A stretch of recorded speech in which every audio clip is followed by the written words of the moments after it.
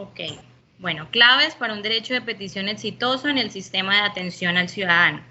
Conforme la ley 1755 del 2015, que es la que regula el derecho fundamental de petición y sustituye un título del Código de Procedimiento Administrativo y de lo Contencioso Administrativo, que es la misma ley 1437 del año 2011. Bueno, en esta jornada de hoy vamos a hablar sobre el derecho de petición en cuanto a su definición, su fundamento constitucional, su objetivo, el término para dar respuesta, las modalidades, entre otras, y al finalizar les voy a socializar la Carta de Trato Digno de la Alcaldía Distrital de Barrancabermeja. Bueno, primero, ¿qué es el derecho de petición? Lo primero que hay que decir es que es un derecho fundamental consagrado en el artículo 23 de la Constitución Política de Colombia, el cual versa lo siguiente: toda persona tiene derecho a presentar peticiones respetuosas a la autoridad por motivos de interés general o particular y a obtener pronta resolución. El legislador podrá reglamentar su ejercicio ante organizaciones privadas para garantizar los derechos fundamentales. El derecho de petición tiene como propósito obtener una pronta resolución de la administración o del particular respecto de la solicitud que se eleva y sirve de igual manera de instrumento para poner en funcionamiento el aparato estatal y establecer la relación entre la persona y el Estado. ¿Cuál es el objetivo principal del derecho de petición? Bueno, es contestar todas las solicitudes que interponemos los ciudadanos ante las entidades privadas, ya sean privadas o públicas. Con los derechos de petición podemos solicitar, requerir, realizar o radicar e interponer recursos. En cuanto a las solicitudes, se establece el reconocimiento de un derecho, la intervención de una entidad, la resolución de una situación jurídica y la prestación de un servicio. En cuanto a los requerimientos, las personas requieren información, solicitan copia de documentos. En cuanto a realizar o radicar, se realizan consultas, quejas, denuncias o reclamos. Más adelante, en las modalidades, nos dice que toda actuación que inicie cualquier persona ante las autoridades implica el ejercicio del derecho de petición. Lo que les hablaba anteriormente, que se busca el reconocimiento de un derecho, que se resuelva una situación jurídica, que se le preste un servicio a las personas, pedir información, consultar, examinar y requerir copias de documentos, formular consultas, formular quejas, denuncias y reclamos, interponer recursos y la intervención de una entidad o de un funcionario. ¿Cuál es el término para dar respuesta a un derecho de petición? Bueno, en pantalla ustedes pueden observar que se evidencia un antes y un después del COVID-19, por la emergencia sanitaria del COVID-19. Aquí hay que dejar algo muy claro, y es que el Ministerio de Salud y Protección Social, a través de la resolución 738 del año 2011, prorrogó en el país la emergencia sanitaria por el COVID-19 hasta el próximo 31 de agosto. Hay que esperar pues qué sucede después de esa fecha, si seguimos en emergencia o no seguimos en emergencia. Entonces, conforme a los términos para dar respuesta a un derecho de petición, la ley 1755 de 2015 nos dice que son 15 días siguientes a su recepción, pero pues durante la pandemia se suscribió el decreto 491 del año 2020, donde se establece que son 30 días hábiles siguientes a su recepción. Cuando se soliciten documentos o información ante cualquier entidad, ya sea digital o distrital, nacional o municipal, son 10 días para los documentos y solicitudes de información. Cabe aclarar que si no se resuelve en el término señalado, se entiende aceptada dicha petición y la autoridad deberá entregarla dentro de los 3 días siguientes. Es decir, cada entidad está obligada a estudiar dicha petición y debe dar respuesta si es aprobada o no es aprobada para entregar los documentos. Todos bajo la discrecionalidad y la confidencialidad. Más adelante les hablaré un poquito más de estos aspectos. En la pandemia, pues estos documentos de información se extendieron a 20 días hábiles siguientes a su recepción. Y otro término para dar respuesta a un derecho de petición o a una solicitud son las consultas. Cuando se eleva esta consulta, el peticionario pide que le entreguen información sobre funciones o desempeños de algún funcionario público. Aquí se darán 30 días de plazo para que pueda la entidad dar respuesta a esta petición. En los casos excepcionales se puede... Disculpa, ¿los 35 días también son hábiles o calendario? Sí, señora, son hábiles.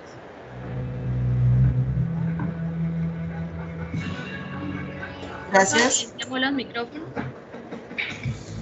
Bueno, en los casos excepcionales se puede ampliar este término de respuesta sin exceder el doble de lo establecido. ¿Qué quiere decir esto? Que si son 15 días, no nos podemos extender más de 14 días, porque ya excederíamos los 15 días. Bueno, como excepción, como les dije, está el comparativo del decreto 491, en el término de las consultas son 35 días siguientes a su recepción. Depende del flujo de información y el tema de apoyos y demás en cuanto a la pandemia y la emergencia sanitaria, que va, como les dije, hasta el 31 de agosto. Usurpadora. Vuelve a ser Paola. Regresa a la casa como Paola y espero que todos lo entiendan. Por favor, silenciar los micrófonos.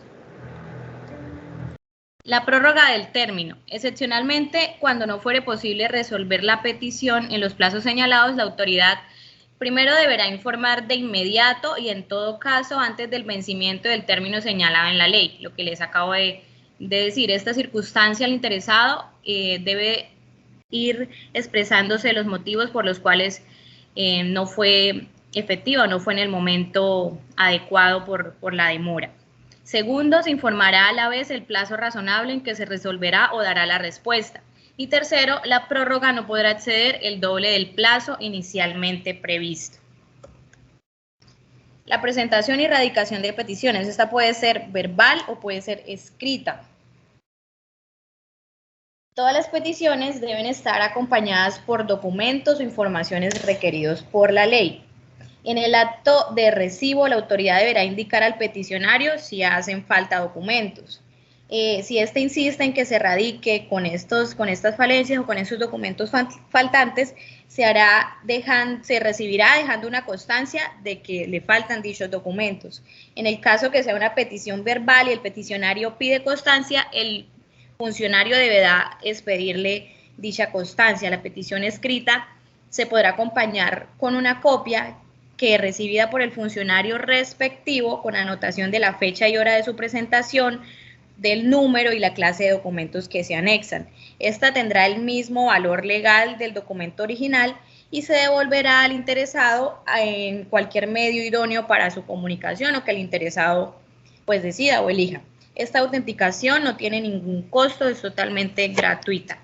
Acá como anotación en la diapositiva pueden ver que ninguna autoridad podrá negarse a la recepción o radicación de solicitudes y peticiones respetuosas. En cuanto al contenido de las peticiones, nos dice que toda petición deberá contener por lo menos la designación de la autoridad a la que se dirige, como en primera medida. Segundo, los nombres y apellidos completos del solicitante, de su representante y o apoderado, si fuera el caso, indicando el documento de identidad y la dirección donde recibirá correspondencia. Es decir, puede ser su dirección de residencia o correo electrónico, que es, digamos, la modalidad que más se ha utilizado en la virtualidad y por la pandemia. Si el peticionario es una persona privada, es decir, que deba estar inscrito dentro de un registro mercantil, estará obligado a indicar el correo electrónico en dicha petición. Tercero, el objeto de la petición.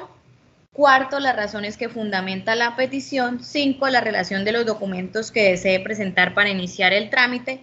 Y sexto, la firma del peticionario. Ojo, aquí hay un parágrafo que tiene este artículo 16 de la ley 1755 dentro de estos requisitos, y es que la autoridad tiene la obligación de examinar integralmente la petición y en ningún caso la estimará incompleta por falta de algunos requisitos o documentos que allí se encuentren, que no sean necesarios para resolverla o que se encuentren en sus archivos. ¿Qué sucede con los derechos de petición incompletos? En virtud del principio de eficacia y cuando la autoridad constate que una petición ya radicada está incompleta o que el peticionario deba realizar una gestión de trámite, es necesario una decisión de fondo. Es decir, que dentro de los 10 días siguientes de la radicación de la petición se debe notificar al solicitante o peticionario que su solicitud está incompleta, bien sea la notificación anexa o de los hechos que contiene la petición. Si es una solicitud por molestia del peticionario que está inapropiada o que es un poco agresiva, también se le debe hacer esa notificación al solicitante diciéndole que exprese de otra manera y de forma respetuosa dicha solicitud. Para ello se da un tiempo prudente de 10 días al peticionario y máximo 30 para que pueda notificar esta novedad. El peticionario puede responder ya sea mediante una carta por escrito o puede interponer un recurso de reposición. Cuando no se responde esta solicitud ni por carta ni se interpone recurso, se decreta un desistimiento tácito de la misma. ¿Qué quiere decir esto? Que no se va a actuar frente a esta petición porque el peticionario no corrigió lo que debía corregir. ¿Sí? Entonces vamos a hablar ahora de qué es este desistimiento tácito y el desistimiento expreso del peticionario. El desistimiento expreso de la petición es cuando los interesados podrán desistir en cualquier tiempo de sus peticiones. Todos pueden realizarlo. Sin embargo, las autoridades podrán continuar de oficio la actuación si lo consideran necesario por razones de interés público o en caso de que, en este caso, se expedirá una resolución motivada de la misma. El desistimiento tácito de la petición, lo que les acabo de comentar, quiere decir que se entenderá que el peticionario ha desistido de la solicitud cuando alguna actuación no satisfaga el requerimiento que se le hizo. Vencidos estos términos establecidos, la autoridad decretará el desistimiento y el archivo del expediente mediante acto administrativo motivado y se notificará personalmente al interesado. En cuanto a las peticiones irrespetuosas, oscuras o reiterativas, ¿qué son estas?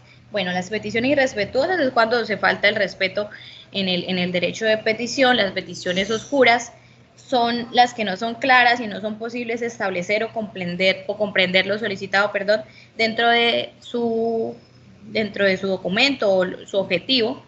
Y tercero, las reiterativas, que son cuando el peticionario ya ha solicitado previamente lo mismo y la entidad hubiese resuelto de fondo lo pedido dentro de los términos legales con anterioridad.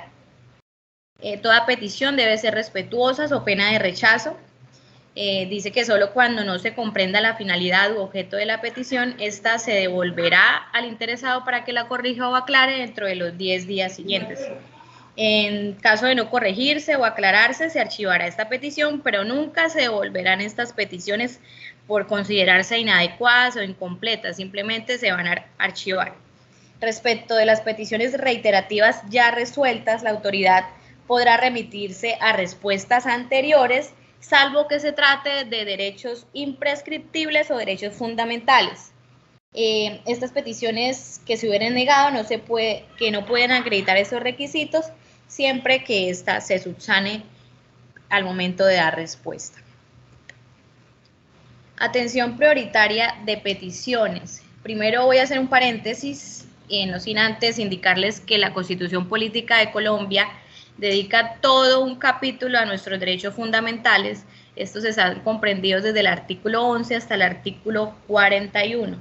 Entonces, cuando se hace una solicitud, una petición respetuosa para el reconocimiento de un derecho fundamental, es una atención prioritaria de la petición.